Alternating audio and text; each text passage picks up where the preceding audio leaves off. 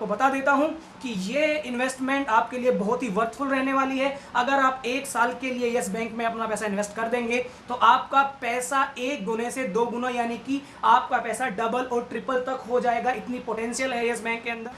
Hello दोस्तों, own business mind channel पे आपका स्वागत है। आज मैं आपसे बात करने वाला हूँ एक ऐसे शेयर के बारे में जिसमें चांसेस है काफ़ी ज़्यादा कि आप प्रॉफिट अर्न कर सकते हैं।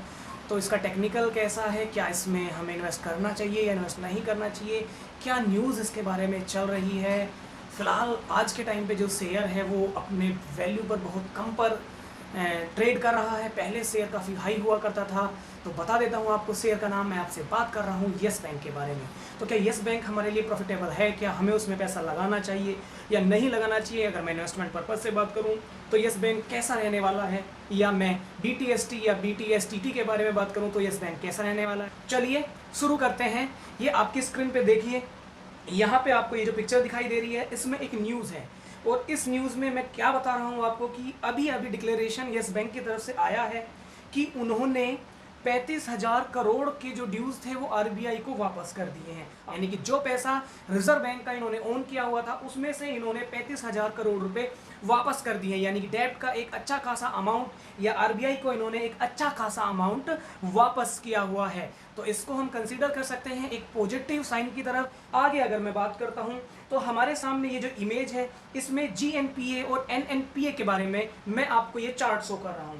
देखिए चार्ट में कंपैरिजन है GNPA का और NPA का। तो इसमें हम क्या बताने वाले हैं मैं आपको बता दूं। NPA का मतलब होता है नॉन परफॉर्मिंग एसेट्स। जब कोई एसेट्स अपने टाइम पीरियड से, जो उसका रिकवरी का टाइम था या व्हाटएवर, जो उसका रीपेमेंट का टाइम था या पेमेंट का टाइम था, उसके बाद अगर ड्यू डेट से वो ऊपर चली जाती है तो ऐसी एसेट्स को हम नॉन परफॉर्मिंग एसेट्स बोलते हैं। नॉन परफॉर्मिंग एसेट्स का मतलब ये निकल के आता है कि वो कौन सी अमाउंट है जो आपकी टाइम के ऊपर जा रही है, ओवर ड्यू जा रही है, जो पैसा आपको अभी तक रिकवर होना हुआ नहीं है या उसका टाइम हो चुका है। ऐसी एसेट्स को नॉन परफॉर्मिंग एसेट्स बोलते हैं। तो अगर आप इस स्ट्रक्चर में देखेंगे सबसे लास्ट में जो हमारे काम का है यस बैंक।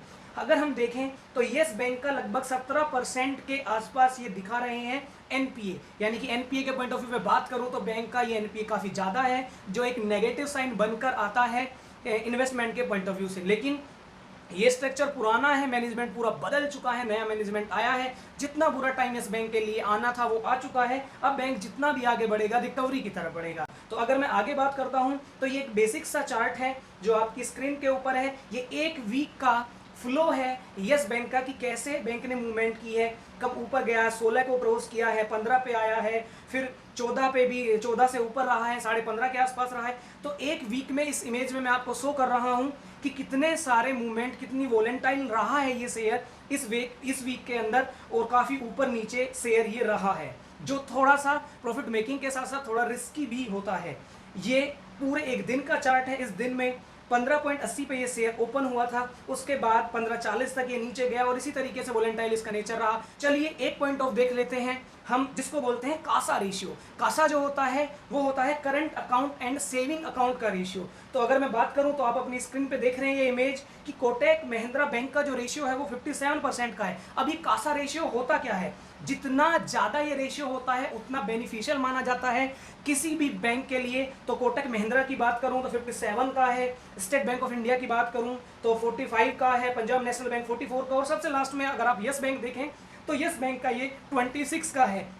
यानी कि कासा रेशियो भी बैंक का काफ़ी डाउन है। लेकिन फिर भी एक बात बोलूँगा, सारा मैनेजमेंट बदल चुका है, नया मैनेजमेंट आया है और बहुत अच्छे से काम कर रहे हैं।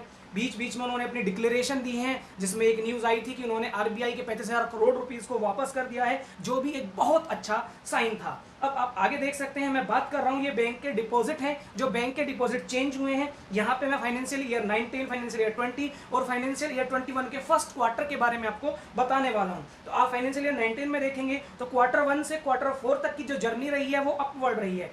2.13 से 2.23 रहा, फिर कंसिस्ट रहा 2.23 पे, फिर 2.38 पे आ गए। ये जो अमाउंट है वो लाख करोड़ में है।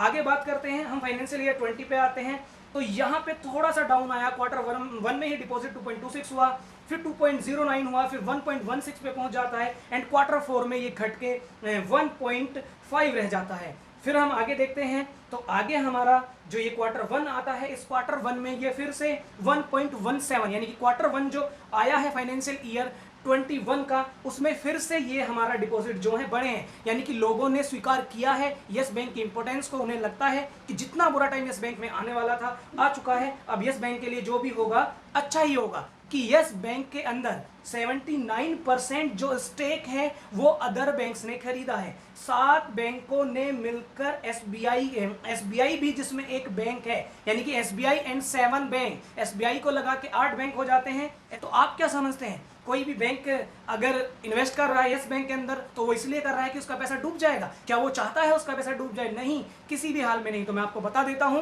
कि ये इन्वेस्टमेंट आपके लिए बहुत ही वर्थफुल रहने वाली है। अगर आप 1 साल के लिए यस बैंक में अपना पैसा इन्वेस्ट कर देंगे तो आपका पैसा 1 गुने से 2 गुना, यानी कि आपका पैसा डबल और ट्रिपल तक हो जाएगा। इतनी पोटेंशियल है यस बैंक के अंदर। मैनेजमेंट चेंज हो चुके हैं, नया मैनेजमेंट आया है, अच्छे से वर्क कर रहा है। जितना बुरा टाइम था यस बैंक के लिए आ चुका है। तो फाइनली मैं आपसे कहूंगा जैसे ही मंडे मार्केट ओपन हो आप यस बैंक को ग्रैब कर लें और या देखें कि अगर कोई लोअर पॉइंट आपको मिलता है ट्रेड के दौरान आप लोअर पॉइंट पे इसको एक्यूमुलेट कर। अगर मैं 1 हफ्ते या 10 दिन या 15 दिन की बात करूं तो 15 दिन के अंदर ही आपको इसमें हाइक मिलेगा और 10% तक का हाइक आपको देखने को मिल सकता है यस बैंक के अंदर।